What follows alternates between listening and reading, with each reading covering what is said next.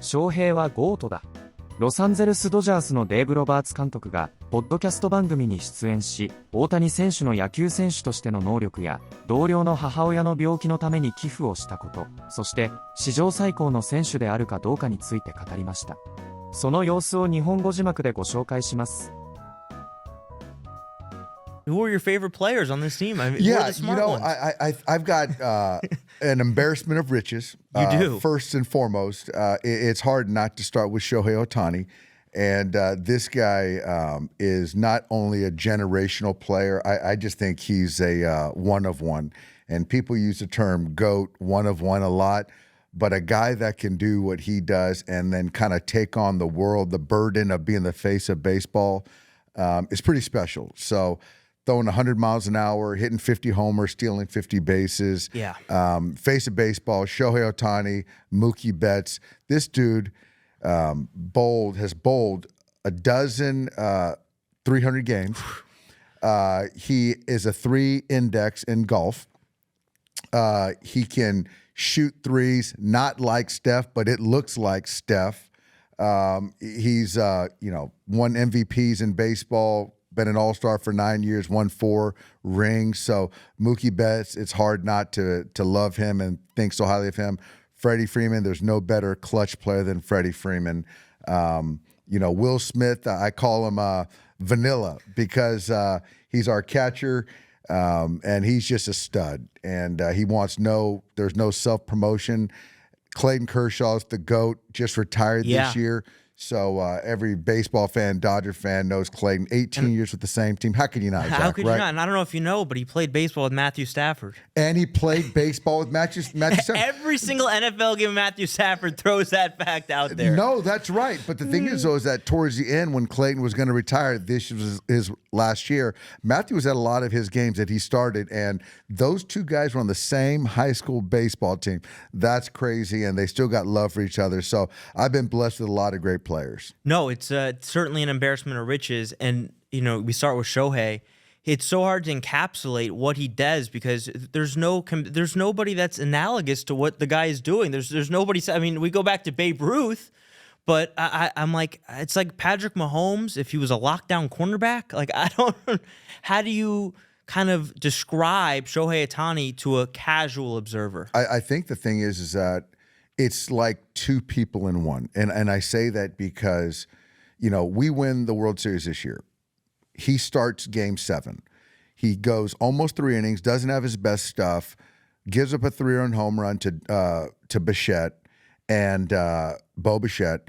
He then has to recalibrate, compartmentalize that he's not pitching anymore. Now focus on the hitting. He gets 2 hits in that game, gets on base a 3rd time, still a good teammate because if you think about this, you start a game, you don't pitch well, you're out mentally. Yeah. But he has to have the capacity to still post as a hitter.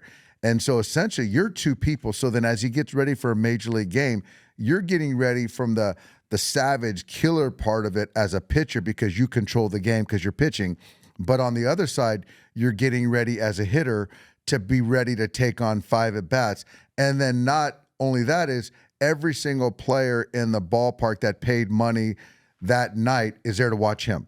And you're not talking about just the U.S. You're talking about all of Japan. Yeah. And so to have to take that on, no one's done that. You know what I'm saying? And you got Patrick Mahomes, who is unbelievable.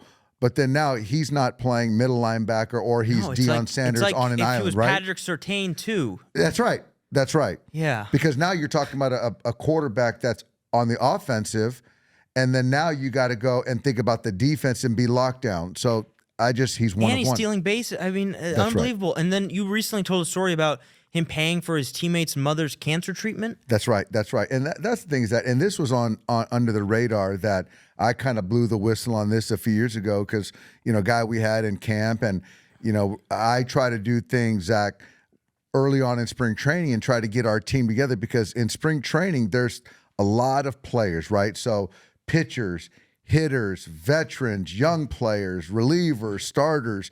So my job is to try to make this whole thing work. So what I try to do is introduce a player, and I get to introduce a player tell about the player, make jokes about the player, make them do some funny things. Light hazing, so I don't want to get canceled. It's just light. It's all in fun. And so one of our players said his mom's going through a bout of cancer. And then so Shohei on the down low donated a ton of money for the care because they weren't getting the care.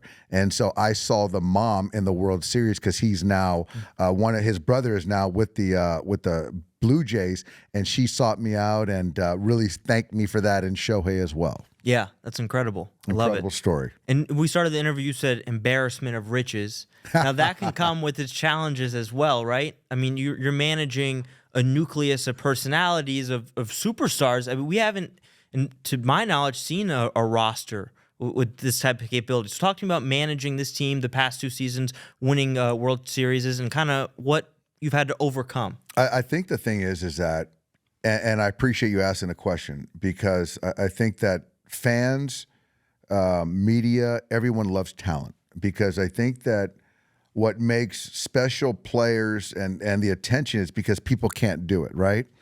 And so the trick is every player has got to feel that they're valued.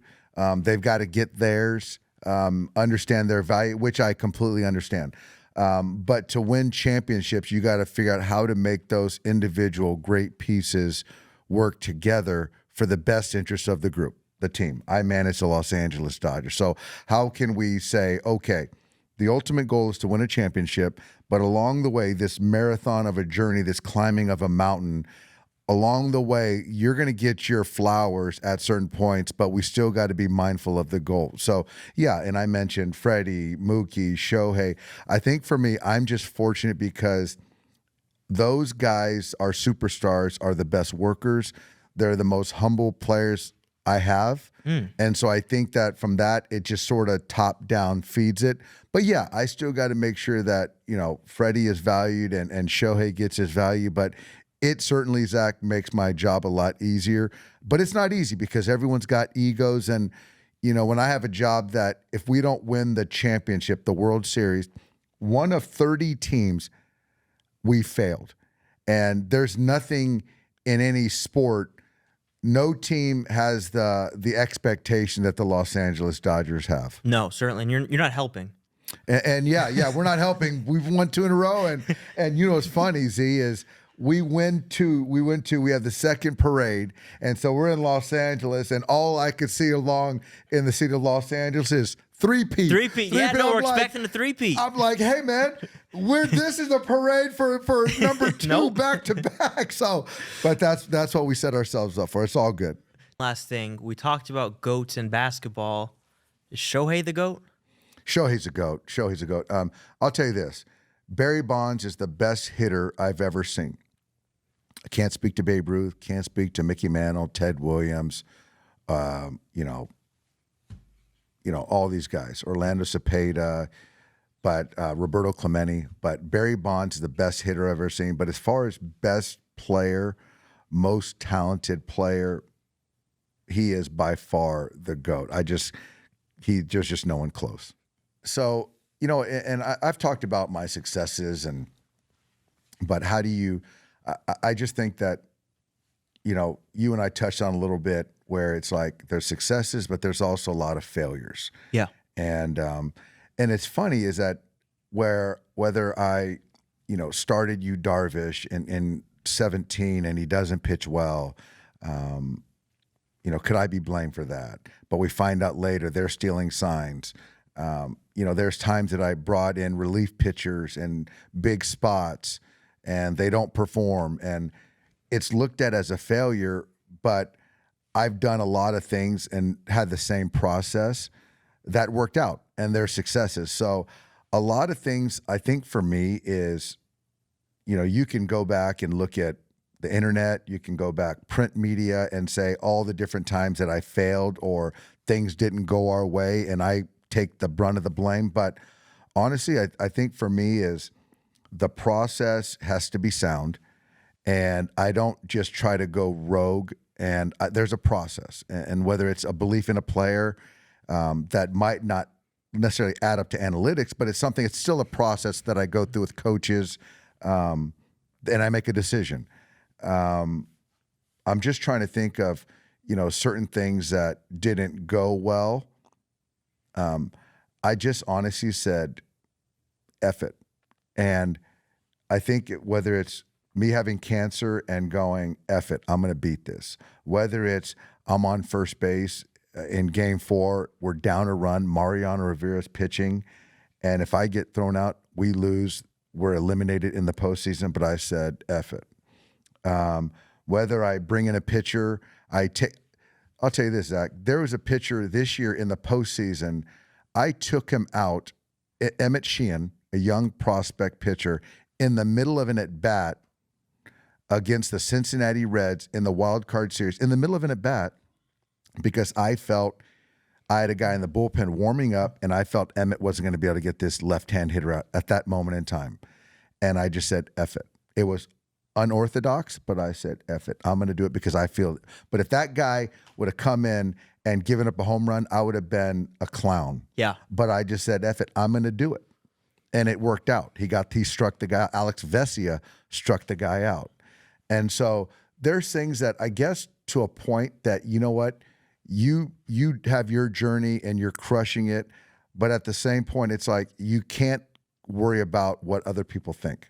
And I think, I don't know when that really point of happened in my life, but I just sort of live my life that I just can't chase validation from people. Yeah, it's so, hearing you say that, I felt the exact same way in my career, where like even, the handful of massive decisions that I've made, the one time I didn't go with what I truly felt, that wasn't my gut, it's the one that panned out the worst. So after that, like when I confide with my family and friends, they say, Zach, when we went away from what you wanted, we saw what happened. So what do you think, right? You're always right. And I feel very similar.